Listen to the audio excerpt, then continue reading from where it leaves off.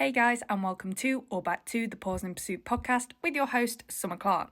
Today I have another very exciting guest episode for you guys. I'm going to be speaking to Mesi Loimas from Finland. We are going to be chatting mostly about taking responsibility for your own agility, and Mesi is going to be answering all your guys' questions that you asked her over on my Instagram story the other week. But before we get into that, a quick weekly update from me. Only really worth mentioning thing that has happened to me over the past week is we had the first GB team day. So all of us in Team GB met up and did some training. We had some meetings. Like I said, course running, team relay practice, meetings, vet checks and team photos, all the cool things like that. I was really happy with Arrow. We did a super tricky jumping course and he nailed it. He did have a pole, but it was my fault for overcalling him. The rest of it was amazing, including a super hard open face weave entry. So very happy with that. I got to test plenty of handling options and added a few more things to the training list. And we are now on 12 weeks until we leave for EO. I think actually now, 11 and a half. Yeah, because we're halfway through the week. 11 and a half weeks till we leave for EO in France. So exciting. That was a really fun day. We have another one at the end of May, so I'm looking forward to that. But that is all from me for the past week. I won't ramble on any further. Enjoy this episode with Mesi. Before we start the questions, the first thing I always ask my guests is to briefly introduce yourself. So who are you and what do you do? How long have you been in agility? Things like that. I'm Mesi Loimas from Finland. I'm not actually sure if I'm your first Finnish guest. Have you had any Finnish? I think you are, yeah. Okay. Yeah, you will be, yeah. I have done agility for 4 years. Okay. I have 2 mini LCs, Kirppu and Circus. Mm-hmm. To be fair, I thought you'd be doing agility for longer than that because you're so good at it. That's I've heard that a couple of times. Yeah. Kirppu is actually my first agility. Oh wow, job. Okay, interesting. How did you get into it then? Well, the agility hall where we train right now opened at around the time Kirppu was 1 year old. So I was okay, we'll give it that. Oh right, okay, interesting. But before agility, I hate to pronounce this word, but obedience for 1 year before starting agility. So yes, obedience. Yeah, I was the same. Yeah, I did obedience, and then the club that I did obedience was like, "Oh, you should try agility," and then the rest is history. Yeah. Amazing. How old are you? 23. 23. Okay, yeah. I often find that some people around my age, they often get into agility because their parents did it. But I'm obviously not like that, so yeah, neither are you by the sounds of it. Yeah. Got yourself into it. Okay, so question number 1 then is, how has taking responsibility for your own agility helped you to progress? I think the first thing is that we need to define what taking responsibility means. Definitely. Because to me, I think no one else is responsible for our agility process than me. And it doesn't mean doing everything by your own, but it means searching for the right people to help you and yeah, I know what you mean. Kind of not letting things just come to you and happen, going out and searching for it. Yeah, and I mean it's actively trying, wanting to get better. For example, when Kirppu had her tight turns weren't that tight, they were a bit wider than I would like them to be. Yeah. I didn't wait until we needed to we were at the point where I wanted them to be fast. I'll try to explain this better. I know what you mean. You didn't wait until it was not too late, but really far down the line. Yeah. I mean, I didn't wait until we were at the point where I needed to get her to be a bit faster. Yeah. I worked it before we were at that point. Yeah, I know what you mean. Yeah, you prioritized it early. Yeah. Yeah, that makes sense. Are there any other sort of examples of when you've done that then, taking responsibility in that sense? Filming like filming. It's the one thing I would recommend for everyone to do. And I know at the beginning it's hard. Most of the people, when I recommend them, hey, you should film your trainings, they're like, oh no, I don't want to watch myself. I don't want to like watch the videos and go back. But I think that's the most important thing to me that has helped me. Yeah, I found that as well. It's really helpful. And a lot of people say to me it's really painful to watch their runs back when they go wrong. And it is, but you have to, otherwise you don't know how it went wrong and how not to do it in the future, do you? And I mean, it's just like if you think about any other sports, there will be like there are coaches who watch the videos with you. For example, I have played floorball before, so we have watched videos with my team back then. And right now, this sport I do right now with my dogs, there's no one else going to watch the videos for me and do it for me. Or videoing, like it's just something I have to do. It's my like responsibility to that. If I had set goals and I'm working towards them, then yeah. Yeah, no, that makes sense. I'm assuming you do that for training and competition as well then, film everything. Yeah, both.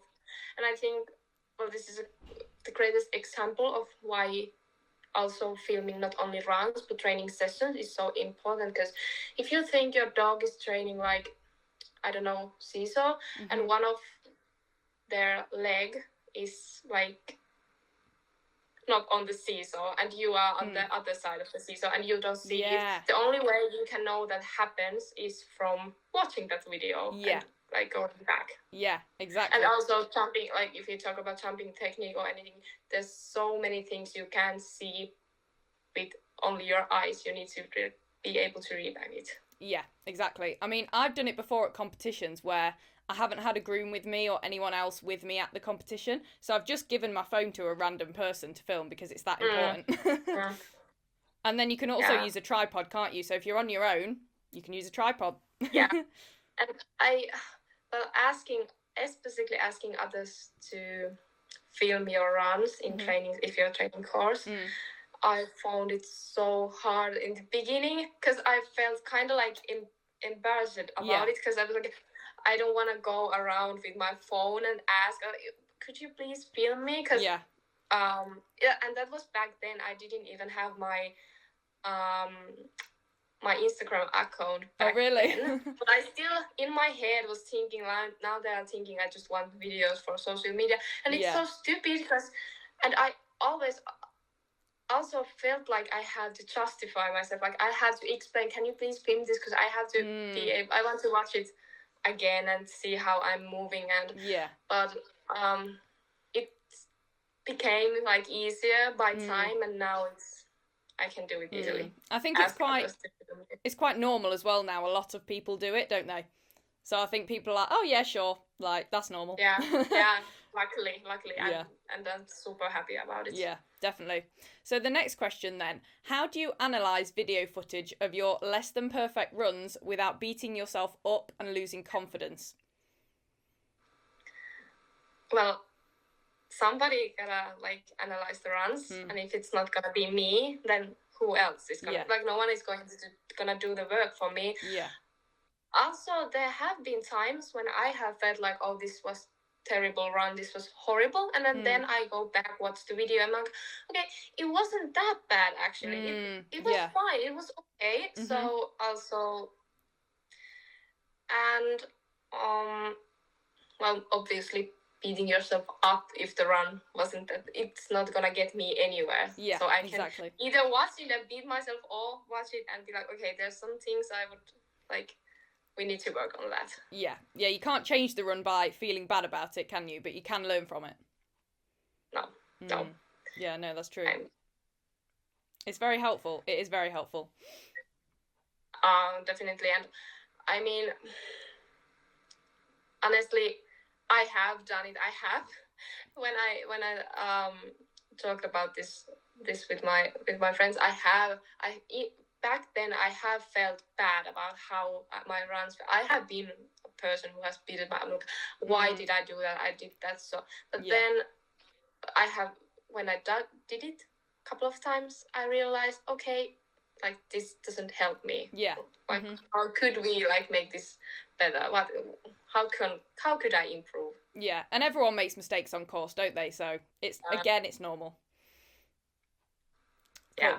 So apart from filming and analysing your runs then, how else do you take responsibility for your own agility? So filming your runs is one thing, but what else do you do? I think this is the most obvious one and the bare minimum. It should be, but like taking care of myself and my dogs. Like I think everyone has seen the triangle. There's like sleep and exercise and nutrition. Like yes, with dogs, but with myself too. I mean, you can't go into the, for example, into competition. Competition. Yeah. like with 5 hours of sleep and not eating well. Obviously, your reacting time with like my dogs are pretty fast. I need to react very quickly. Yeah. So those are like the bare minimum things. Not only for the dog. I mean, most of the people do take better care of their dogs than they do for themselves, which is like sad. Sad. I think it's really sad because you're the other part of the team. Obviously, you should take care of yourself as well. Yeah, it's 50-50, isn't it? But yeah, people do loads of things and spend loads of money on their dogs and then neglect themselves and then wonder why the runs aren't going well. I think that's something people don't think of, that they should. Yeah. And I mean, like, I think 5 months ago, I made a short Instagram video about that. And I was so happy how many actually commented to me and sent me a message about, okay, this is such an inspirational content because I feel like actually this is something I could do better. Yeah. Like, I should take better care of myself. Yeah. Yeah, making people realise. Yeah. Yeah, and that wasn't even that wasn't my plan, but the way how many were inspired by it was really nice. Yeah. I liked it. Yeah, and I think things like sleep and nutrition is tricky because there's a lot of early mornings for agility shows and obviously you're out all day, so you have to meal prep and stuff like that instead of just getting burgers from the show or whatever. But it's really important, and I think once you get into a good routine with it, it's a lot easier. But you just have to make it a habit, don't you?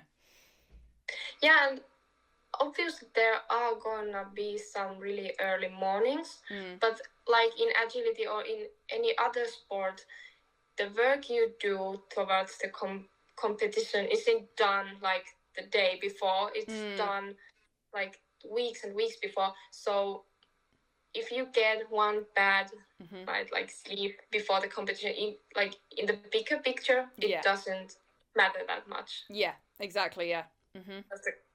Yeah. I'd say more if you do it well 80% of the time, you can get away with the 20% that's not so spot on, because it's the majority, isn't it? No, that's so true. Yeah. Cool. So, question number 4, what is your handler fitness regime and how has it improved your agility performance? So I think I did see a reel that you posted about this actually. Yeah. Yeah. So what do you do then for handler fitness?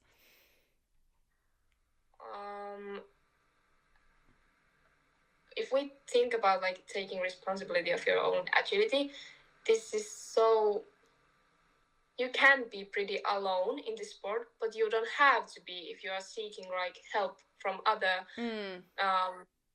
professionals. And I, for example, wanted someone else to take care of my like handler fitness, because I already have to take care of and plan so many things that it's easier for me to. So I got a like fitness coach who plans my basically everything I like, how I train and my training schedules and all, and it helped me so much with like, it gave me so much more time because I didn't have to do the planning. I just went to the gym, or I went go outside and do my like speed training, and that's extremely nice.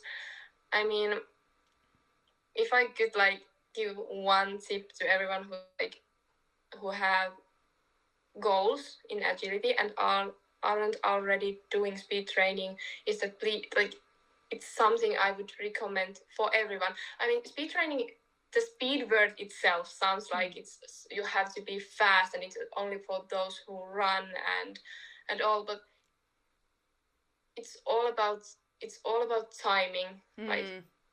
Yeah. And it doesn't matter. The speed doesn't really matter if you can time your handling correctly, and the only way you can like train it without your dog is like do speed training. Also, I think it's one of the reasons why we have proceeded so fast, because I don't want to like, when I started to learn handling options, I didn't want to learn them with my dogs. I wanted to like know how I move and how I like how I handle without my dogs, and then bring the dogs with me, because yeah. No, that makes sense. And as far as a lot of people say to me that they don't have time to do any fitness themselves, but I think I saw on one of your posts on Instagram that you did your sprint sessions in the same like hour or whatever that you did your agility session. So that's being efficient, isn't it, with your time? Yeah, especially right now I rather run outside because we obviously don't have snow inside. Yes, like true. in Yeah, anymore. that's nice. But during the winter, I usually tried like my dogs did plyometrics and I did my speed training, because we both needed like 3 minutes rest time. And if you think about training plyometrics with your dog and having the 3 minutes like rest and not doing anything, it's just training as sitting on your phone and then training it like and I wanted to use that time more efficiently. I wanted to, like, yeah, that makes sense. No, that's really cool. Yeah, and it is like, people I think sometimes say they don't have enough time, but you can make time, can't you? You can make time. yeah, and it's not like you have to train like 3 to 4 times per week. Like, it's better to do it at least a bit than not at all. Yeah, exactly. And also, if the problems your dog has anything to do with you, with your handling, with your kind like fitness, then maybe you don't have to train that much. Like, you can take the time out of your dog's training and focus on yourself, so you don't have to work that much with your dog. Yeah, it's focusing on the weaknesses, isn't it? Yeah, and I mean, obviously it's not possible for everyone, but those who are capable of doing that, if we think about really independent skills, you can like come across like you don't have to train your dog to be extremely independent, because you can a bit help that process with training by yourself. Yeah, exactly. Yeah, because you can make the blinds and beat your dog to things then. Yeah, and I mean, honestly, I wasn't sure if I was gonna like bring this one up, but if we think about most of the male athletes in agility and focus on what they have done before agility, we can notice that most of them have actually done sports before. They have done ice hockey, they have done football, they have done floorball, they have done sports before. And they've got that kind of base of fitness, haven't they? Yeah, and it's not like when they are running, it's not like they are running first time trying to be they are really aware of their body. They know how to like handle themselves, so it's easy to start to do with the dog. And yeah, it looks from others that they just start agility and they are like really great at it, but they have done the work before on other sports. No, I know what you mean. Do you do any strength training as well? So like weights and stuff in the gym as well as your speed? Twice a week strength and twice a week speed. Perfect. That's a good balance. You need a bit of both. And during the spring, I actually I'm again into running. I love like running long distance running. So right now I have like dropped off one of the speed training or strength training and added some running because obviously if you love sports then or being active, then it's not all about agility. I can easily drop one of the trainings off and do something else I like enjoy doing. Exactly. You've got to enjoy it to keep it up for sure. So how often do you train agility with your dogs then in a week? 5 to 6 times per week. When I posted my training schedule on Instagram and people saw that I go to the agility hall like 6 times per week, the most asked questions from outside, not from Finnish people, from outside, well, how can I afford it and how can I afford going to agility hall that many times per week? And I had to explain to every one of them that in Finland or at least where we are, it's like monthly subscription. Subscription. So I pay like 70 euros and I get to train wherever there is like free. Okay, that's good. So now obviously I wouldn't be able to afford it otherwise. That's a good idea. Here we have to pay per hour, like per session. So it ends up being a lot more expensive. Here you can also do that as well. Okay. But this, I'm extremely happy with this membership. Just because, like I said, I go to agility hall, we live close by. I go there many times per week.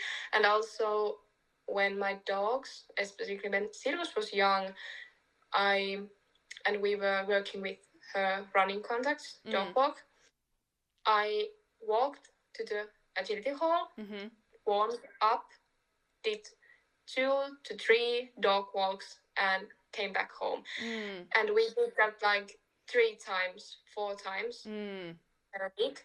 And if you tell someone, oh yeah, we're training 4 times per week and we do dog walk every time, they can be like, oh, that's so much. And it sounds much. But if you go and do 2 reps, max 3 was like a maximum. When we were training, 3 was like, that's but mostly 2 and go back.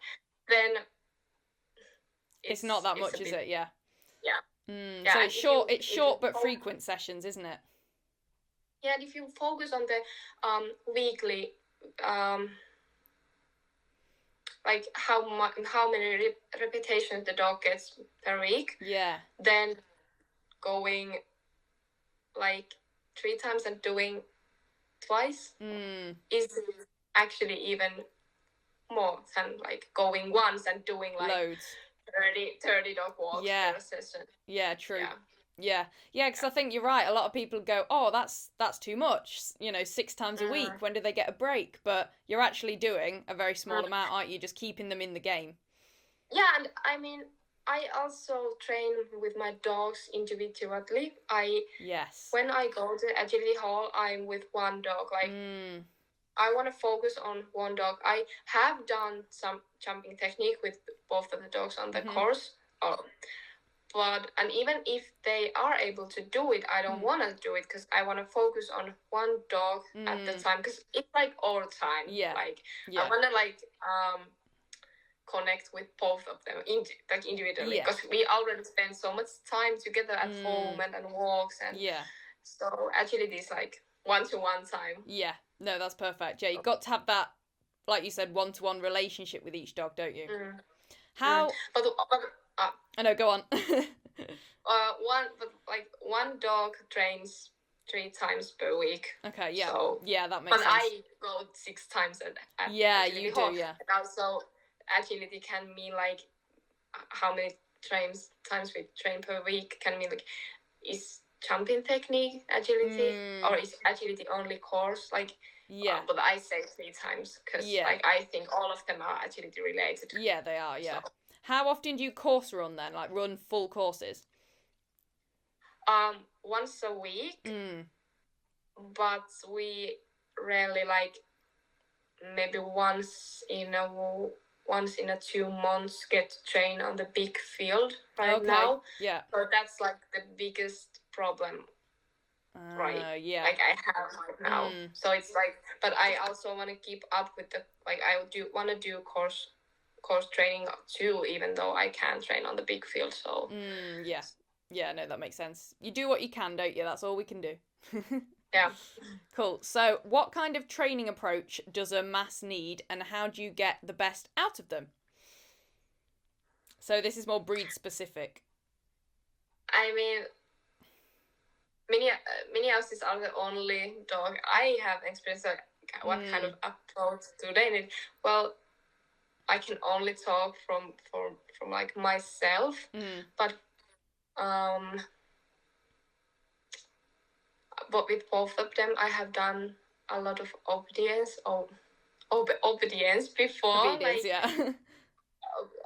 Before agility, and also.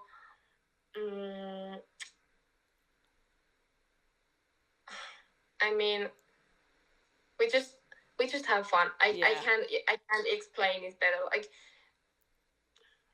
I mean, they are the best thing in like we train, and I'm the best thing, and I can't explain how it's different to any other dog because like they're the only one you've actually experienced. Yeah, and also mini houses they come in many sizes. So obviously, if you have small mini houses, then the training approach will be different than if it's intermediate or semi-large or like bigger, because then you have to focus on different things like jumping technique and well, obviously the more bigger the dog is, the more you have to like slow things down. Like you can start doing basically anything as fast as you can with the smaller dogs. So it's all about the size and I think a lot of it as well, it's not breed dependent, it's dog dependent. Because even you, with your 2 dogs, you probably find that even though they're the same breed, they're completely different. They are. They definitely are. Yeah. In what ways are they different? Circus, she's like a big dog in a small dog's body. I think her successfully trying to do dog walk with 3 strides. Wow. explains a lot. Yeah. Because Kirpu would never try. Like she would never try that. Also, Circus, she's a bit more like border collies, I know, because she really enjoys laying down and watching and staring. Okay, yeah. Well, she's quiet. She's like, but she's quite she intense. Definitely has that like face she's making.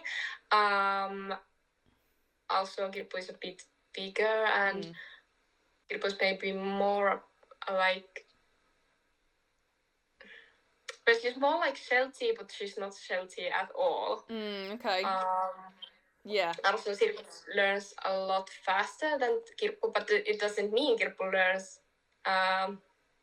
slowly. I mean, when I got Circus, my plan was to not do agility with her, because Kirpu is perfect. Kirpu is like she's my soul dog. Mm. So when I got Circus, I was like, I don't want to start agility with her because I'm afraid I'm gonna compare them two together. Because how could any dog be like Kirppu? Like Kirppu's already like no one can ever reach her level. Yeah.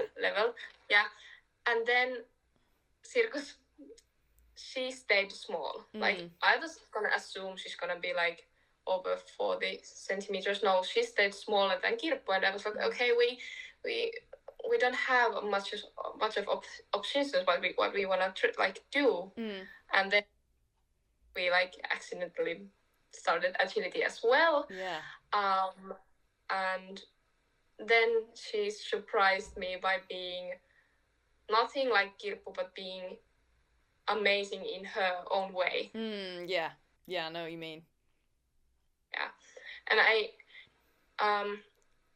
yeah. What made you want a mini American then? Sorry, Australian. What? What made you want a Mas in the first place? My parents have a mini Aussie. Oh, right. Who's actually the father of Circus. Oh, okay. So Kirppu was from the same breeder from Germany. And Kirppu was, I wasn't like planning to take a puppy from that litter, but they were like 3 weeks old, and we have talked with the breeder like almost weekly with my like parents, and then she told me about the litter more, and there was one specific puppy was Kirppu, and then I was like, hey, that sounds perfect. That's like exactly what I want. Yeah. So amazing. And then the rest is history. Do you think you get another one next? I mean, running with 2 small dogs it has been pretty hard because like the competitions sometimes in here aren't even that big, so it's like I'm running with Kirppu, and then there's like 8 dogs, and then I'm again running with the other dog, and well, I'm still learning, but it's hard to like focus on both of the dogs and just like I can't imagine having a like third one because Kirppu is only 3 and Circus is only 2, so they're gonna hopefully have a long career ahead. So yeah, definitely. Yeah, it's a lot of dogs to run when you get to 3, isn't it? Yeah. Definitely. Cool. So how do you prevent yourself and your dogs from picking up injuries then? Because obviously agility is very intense. I mean, prevent and maintain all the obvious things like taking care of them and taking care of like also I think taking care of myself actually is one of the way I can also prevent my dogs getting injuries, because if you're running the 3rd course in competition weekend or the last course, whatever, and you're getting tired, you're probably making mistakes when handling, and those mistakes can be really unclear to your dog, because you probably won't make that type of mistakes while running in training, because competitions are hectic and all. So when you take like care of yourself, you're able to focus on the dogs better. Like in the long run. Also, filming, like taking videos, is one of the, because I myself, if anything feels slightly off, then I go back to videos, I watch them, I'm like, the first question I always ask myself is there any way that this could be a sign of pain? Like, is there any way? Because they are masters hiding it. Yes, they are, aren't they? Yeah, and it's so useful to have videos of and you can go back, and then you can, okay, there's something something off there, and and I mean, it's important to have like to watch those things on video, because the way you remember something isn't the reality. Yeah, exactly. But video doesn't lie. So you can remember something was great, you can remember something was terrible, but when you watch the video, it's how it was. Yeah, because often as well, like I'll be running and I'm not even watching Arrow. Like I'm just running in forward and hoping he's following me. So, you know, if you're doing like a blind off a dog walk, you probably weren't looking at the dog on the dog walk, you know, and then if they fall off it, you haven't seen that. So you want to know how they fell off it or something like that, don't you? Yeah, and also before doing anything about it, watching the videos and watching yourself, as in, okay, this was on me. Yeah, it's really helpful and takes the pressure and like off the dog. Yeah, and also helps you to know what to train, because if you make a mistake in the competition and you're in a training and you're all like assuming it was on dog, and then you don't have video and you're we need to train this more, when in reality you were the problem. No, exactly. It's the hard truth, but it's also so useful, because then you don't have to train something that was your mistake. Yeah, no, absolutely. And then I suppose injury prevention is things like your strength training for you and the dogs, isn't it? Obviously for like both of us, and warming up and that's huge. And like making sure they're physically capable of doing what we are doing, and like all of those. I see so many people that don't warm up and cool down. They just get out and go straight into it. And it scares me. Yeah, and I mean, sometimes, well, my dogs haven't had any injuries. Who knows if it's because we work on that or no. Maybe someday something will happen to us. I hope not. But it also kind of irritates me that there are people who don't warm up but don't do those things, and they can just keep going without doing any of that work, and their dog like at least seem to be okay or not injure themselves, but it doesn't mean it's like okay or fine. No, exactly, because like you said, they hide pain so well, and they'd carry on, wouldn't they, a lot of them? Yeah, sadly. I know. So the next question, what is the biggest challenge or setback you have experienced, and how did you overcome it? I've been incredibly lucky for these few years I've done agility, because we haven't had any big setbacks. But the biggest challenge I'm actually facing right now is the fact that I live where I live right now. The training facilities, they are amazing. I live close by the hall, here's forest, and everything else is extremely well in here. But we don't have that many other coaches or trainers to come here. And also it's always like more than 3 hours to go to compete somewhere. And I want to do agility. I don't want to do sitting in a car, and I don't, like, that's not the way I want to do this sport. Also, if we think about any other sport, you wouldn't expect any other athlete to drive themselves 3 hours, 4 hours, and then sudden like competing. Obviously they have like teams. For example, when I have played floorball, we had to sit on a bus, and the bus ride like took 5 hours sometimes. And obviously then we played and came back to home, but we were the ones who were driving. Because driving's tiring, isn't it?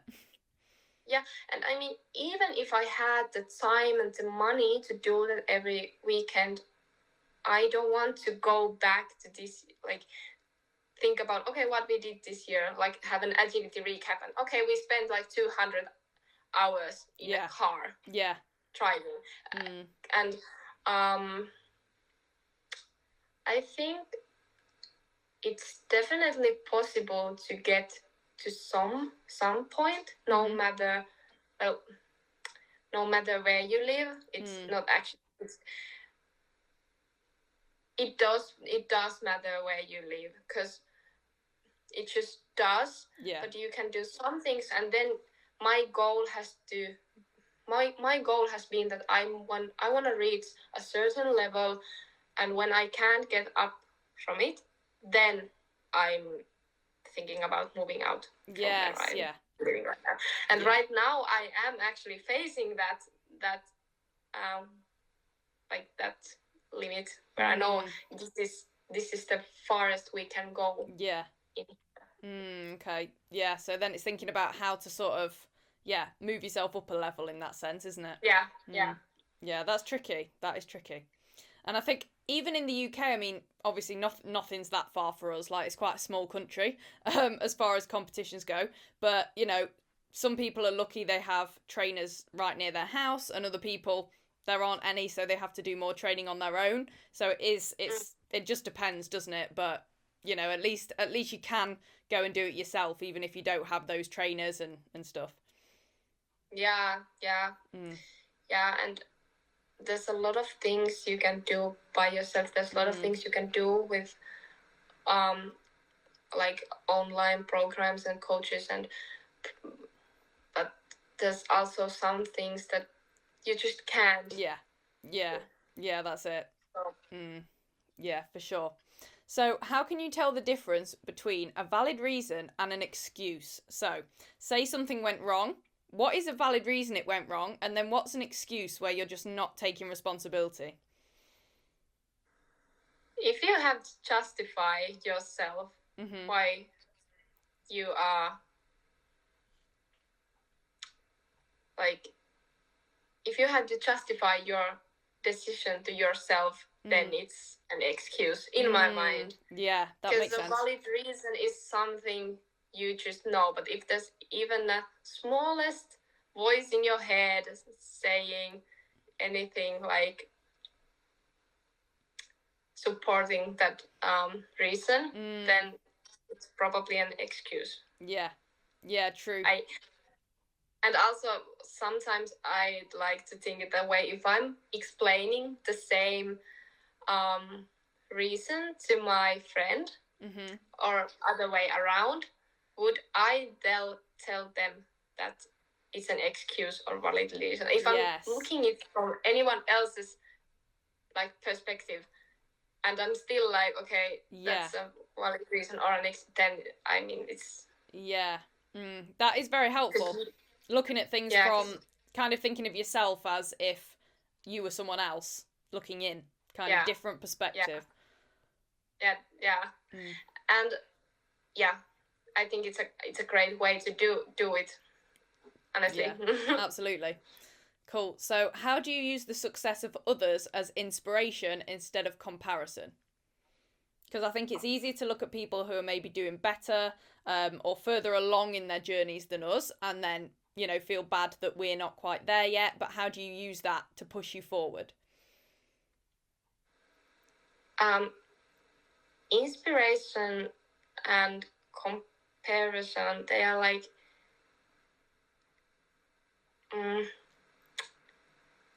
they have nothing. Well, they do have something to do with each other, but comparison can also be inspirational. And I do compare myself to others, but it can be done in many ways. You can compare yourself to others and think you're slow or they are doing so much better or they handled some course better than you did. And that's not useful. Not useful at all. But if you think it as that way, okay, they were faster than me, but if I compare our runs, they actually handled some situation better than I did. Okay, that's something I can learn from. Yeah. Especially because I have competed for 2 years. I do compare myself to those who are more experienced than me, because I can learn from it. Yeah. It's how you interpret it, isn't it? Yeah. And I do compare my dogs to each other as well, and it can sound bad, and it's not for everyone, but the way I do it, I try to think, okay, Sirkus did this one better, or Kirppu was better on this. How did I handle it? What did I do differently with the dog who did better? Because then I just can copy it to other dog. Yeah. And that's actually something I use in a course training, because Kirppu can handle more mistakes than Sirkus can. So if we're running the same course in training with both of the dogs, I'd rather run with Kirppu first, because if I make a mistake,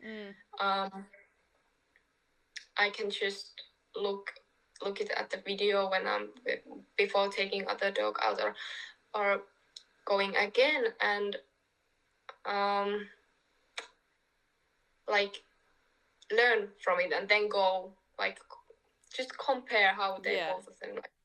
So it's using it more to sort of think about what you were doing rather than comparing them against each other, isn't it?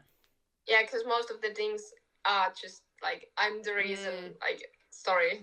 It's just like up to me and the dogs. They are. It usually is, isn't it? It's often a handler, not issue even, just maybe slight error, thing that they could have done better. That's usually because our dogs just follow us essentially. Yeah. I know they do the occasional silly thing on their own, but generally it is the handler, isn't it? Yeah. I can live with it. Yeah. It used to be hard I used to be so hard on myself, but now it's fine. Yeah. It's okay. Yeah, it is. Not the end of the world, even though it feels like it sometimes. No, definitely not. Okay, so who are your biggest inspirations in agility, and what do you admire about them? This is gonna sound so cheesy, but I don't actually have any, like, I can't give any name of any agility handler I look up to, because I really admire my closest friends and the work they do. And also because agility is a sport, and I get inspired by other athletes. It doesn't have to be an agility athlete. It can be an athlete from any sport. True. For example, during the Winter Olympics, like this year, I was kind of like living my best life, because I was so inspired by other athletes. It doesn't other athletes from other sports. Yeah, because all sports, athletes have to have a certain mindset, certain approach, don't they? So it's relatable across all sports, really, isn't it? The kind of athlete mindset. And I mean, I do admire in agility those who can maintain a certain, who can like run clear round after clear round after, because that I am impressed by those who make one clear amazing run. Yeah. But I am more amazed by those who can maintain that level. Yeah. And I have before compared it to any, if you think about goalkeepers or goaltenders in any other sport like football, ice hockey, it's great if they play one game without letting in any goals, but if they can play like 10 games and only letting one goal per game or less, that's like amazing. Like, how can they do it after a weekend? Like, it's consistency, isn't it? Yeah. Yeah, because that shows it is like proper deep rooted skill. Do you know what I mean? Instead of just one sort of run or game going their way, it's, you know, they can do it over multiple days on different courses as well. Yeah, it's amazing. And I mean, it's something I hope in, well, it's not in the near future, but it's like the goal I have in my mind. Like, I want to be able to keep the certain level while doing like agility. Yeah, absolutely. Cool. So, what are your top 5 tips for improving jumping technique and speed in your dogs? So, if someone wants to improve this in their dogs, what would you advise? If we just take them separately, because they are two different things with jumping technique. Well, I don't know which one I would put first, but make sure you know your dog isn't in pain. Like, that's the first thing you should check, and then get a professional who can help you.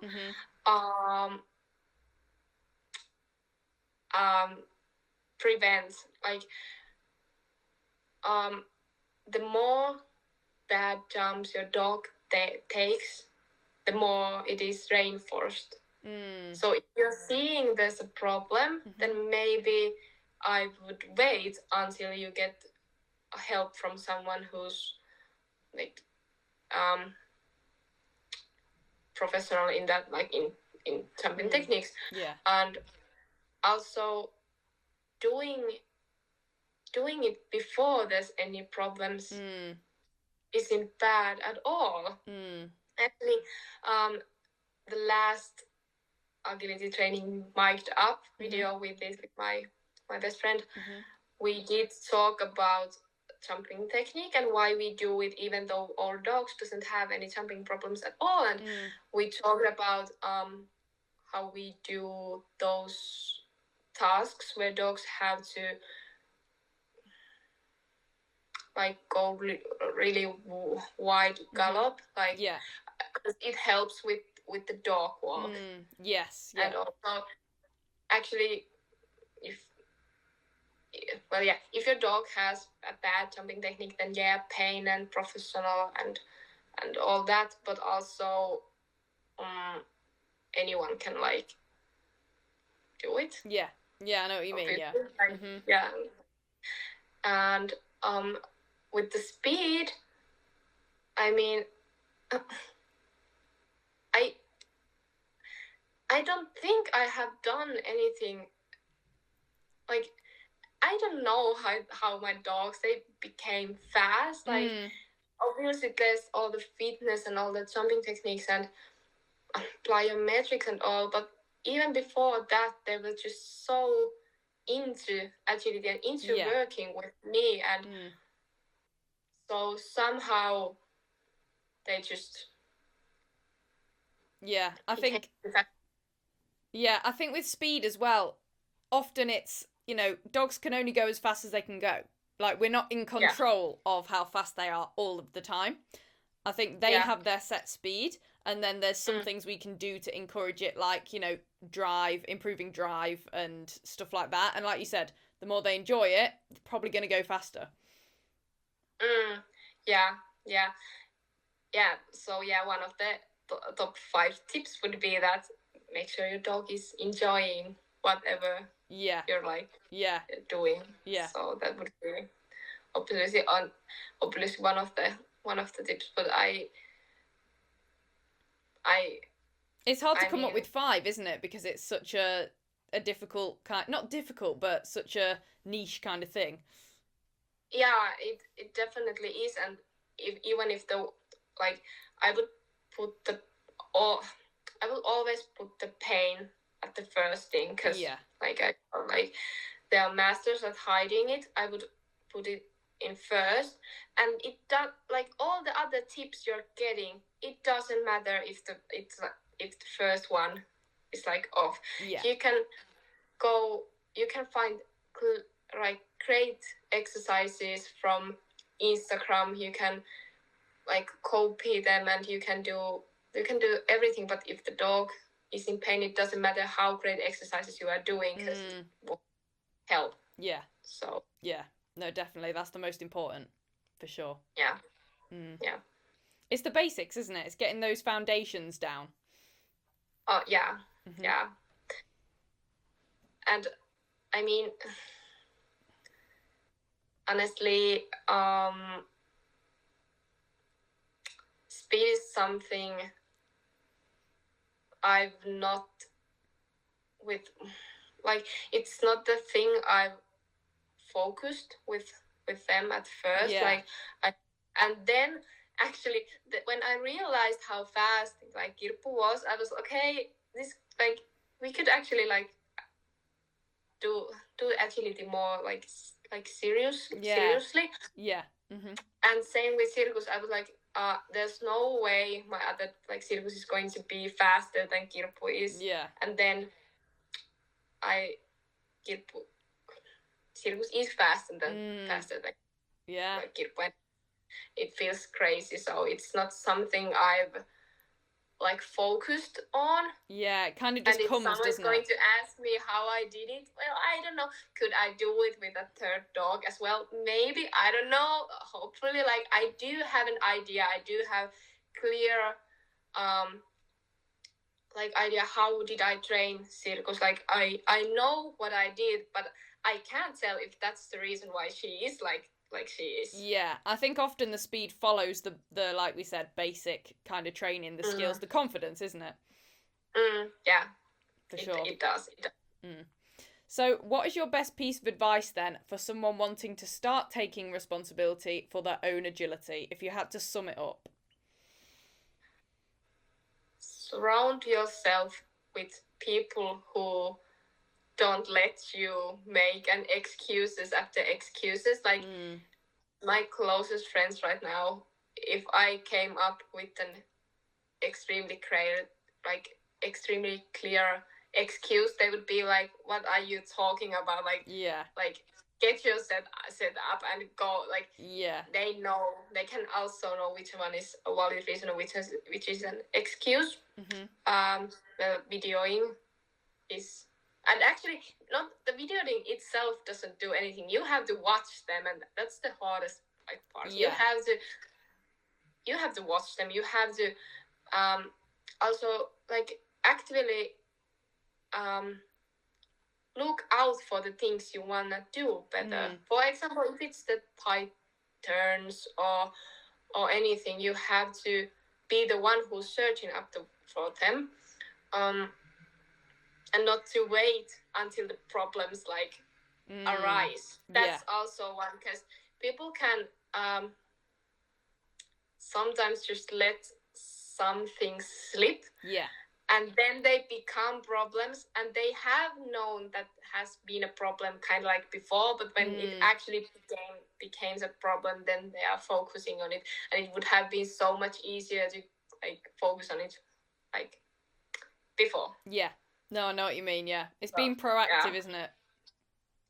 And like not being afraid of seeking help or professionals, other dog trainers. And I mean, there's nothing bad. Like, it's not a flex if you can do everything by yourself, because no one can do everything by themselves. Like, like, you just need to have like help at some point. Like, like, and the help doesn't always mean you have to pay like other dog trainer. The help can also mean that you discuss with your friends and actually talk about it, and it's easy for me to say now because I have like found the right people around me. And I know I'm incredibly lucky because of it, but still,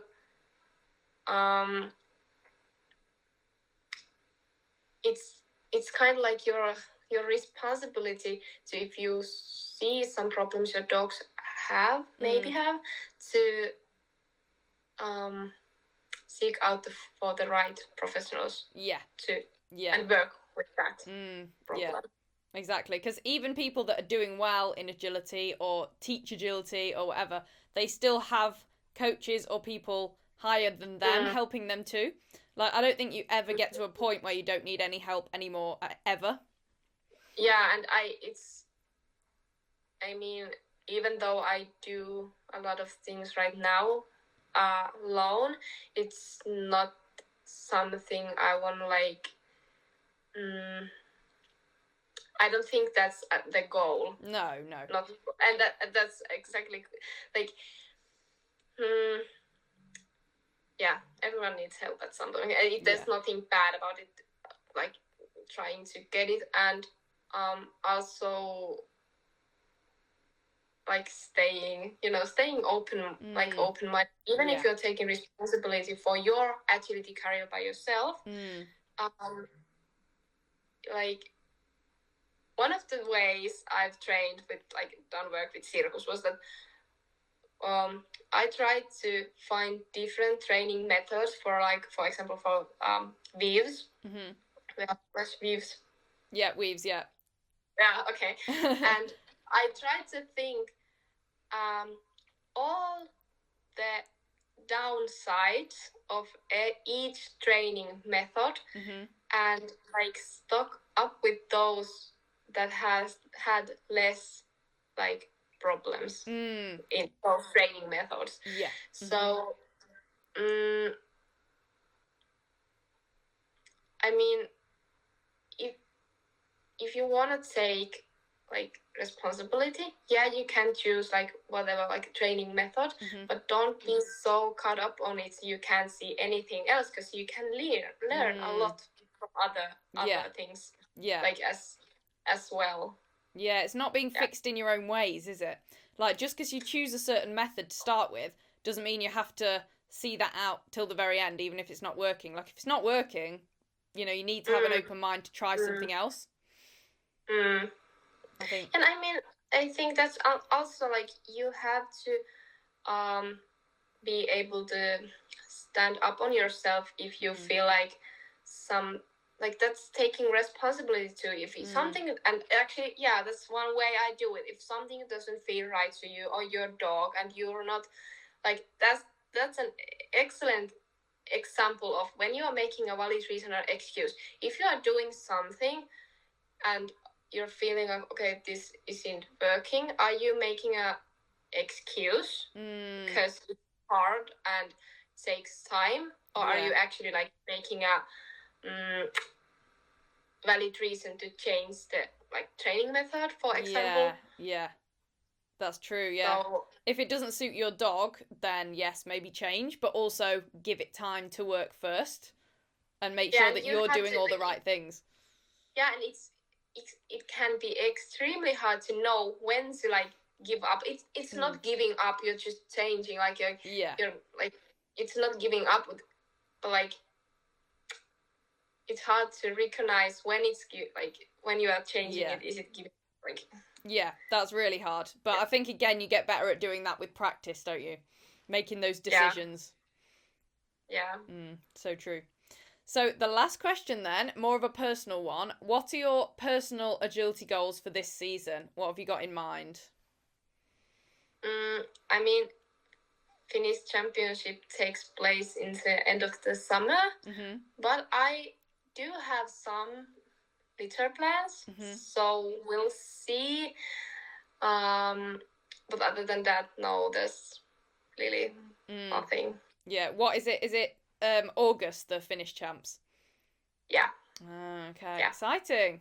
Got a few months still to prepare then. Yeah. And honestly,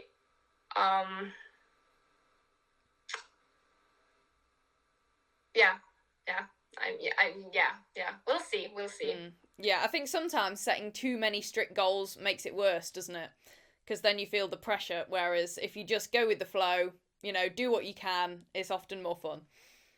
Yeah, it does. But also setting goals is part of taking responsibility. Also setting goals that aren't like too hard to get, Yes. too hard to achieve. Yeah. Setting like realistic goals. Yeah. That are like it's. But anyway, setting goals is one of the ways I like take responsibility. Yeah. It's a fine line because you want to set goals that, like you said, are achievable in an achievable amount of time. Because if you set them too high too soon and then you don't achieve them, then, you know, you feel disappointed, but they weren't realistic in the first place. Yeah. And I mean, there's goals and responsibility, they go really great along, because if you don't have any certain goals, then you might not have to take responsibility of your own agility, because then you can like just, for example, go to the coaching group and enjoy it as a sport. Yeah. But if you have a goal, like if you have any goals that are above the maybe average goals, just not like you want to do something more than just have fun. You want to have fun, and you want to do something else as well, like achieve something, I don't know, then yeah, you need to take the responsibility, because it's the same as with team sports. You can go to the training and you can train with your teammates, but if you want to become a really great like football player, then you have to take the responsibility. It's not enough you go to the training and like enjoy time with your teammates. When you go home, you need to eat and sleep, and maybe train even outside of the team training sessions. So exactly, I think the same goes with agility as well. Yeah, definitely. Like we said earlier, all the different sports, it's pretty much the same approach, isn't it? No matter what you're competing in. Yeah, it is. It is, and it's something everyone should keep in mind. Yeah, definitely. Like just keep in mind that, and think about maybe other sports and how they would do it. Actually, I do wanna also like discuss when we talk about taking responsibility. Yeah, we talk about focusing, and like you're focusing on your own career. Yeah. And one way I actually do take care of it, one adding, is that you talked about on your last episode about the social media. Yes. You can take care of your agility career with social media, in a bad way or in a great way, because too much of it can maybe, like if you think about other athletes in any sports, how much do they spend actually time on social media and scrolling about other athletes' achievement? I dare to say not that much as in agility, because it's so, if like that's also one way I try to not scroll on social media and watch other results. Yeah. Because I want like what others has been done. And it's not that I feel like, it's not that I'm jealous of compare myself to them in that way, but it's also like it's not something I think it's when I think about being an athlete, it's not something I recommend to any other sport. Athlete. So why would I do it like myself? Yeah, no, that's right. I think you're right when you say agility, people do it more in agility. There is a lot going on social media in agility, isn't there? And I think you just have to be aware and use it for good, and make sure you don't get sucked into the comparison of it, because it's easy to do. It is easy. Yeah. Amazing. Right, that is all of the questions. We did it. 15 questions. Thank you ever so much. That was really cool. Thank you so much. And there you have it, guys. What a cool conversation. Thank you ever so much again, Mesi, for jumping on the podcast with me this week. I thoroughly enjoyed chatting to you. That was really, really cool and really interesting. So you guys know the drill by now. If you enjoyed today's episode, please do leave the podcast a 5-star rating and review on Spotify or Apple Podcasts. That would mean the world to me. Also, make sure you're following the podcast on whatever platform you use to stream your podcast. That way you don't miss any future episodes. I also have some more exciting guest episodes on the way over the next few weeks. So if you're following the podcast, you're not going to miss them. Also got a monthly Q&A episode coming soon as well, so I'll be asking questions over on my Instagram, so you guys can ask me questions and I can give you answers to whatever questions you guys have. So that is coming up soon as well. On that note, please do give me a follow on all the social medias at Pause in Pursuit or Summer Clark. You probably already are. I'm mainly active on Instagram, so make sure to follow me on there and you can keep up with my life and what me and Arrow are doing. What else do I say? Oh yes, I also offer in-person, one-to-one and group agility training in Lincoln, postcode LN6. So if you would like to train with me in person, please do pop me a DM and I can help you guys kickstart your season. Well, I say kickstart, we're already in May, which is, well, nearly May, which is absolutely crazy, but really help you guys, you know, achieve your agility goals over the summer, basically. So I'd love to help you. Again, just DM me and we can organise something. That would be super, super fun. Also, make sure to keep messaging me your podcast topic requests and recommendations. So things you would like me to speak about in my solo episodes, and also future guests you would like me to have on and the specific topics you would like those guests to talk about on said guest episodes. You're pretty much guaranteed to get your idea turned into an episode because I'm just that nice to you guys, aren't I?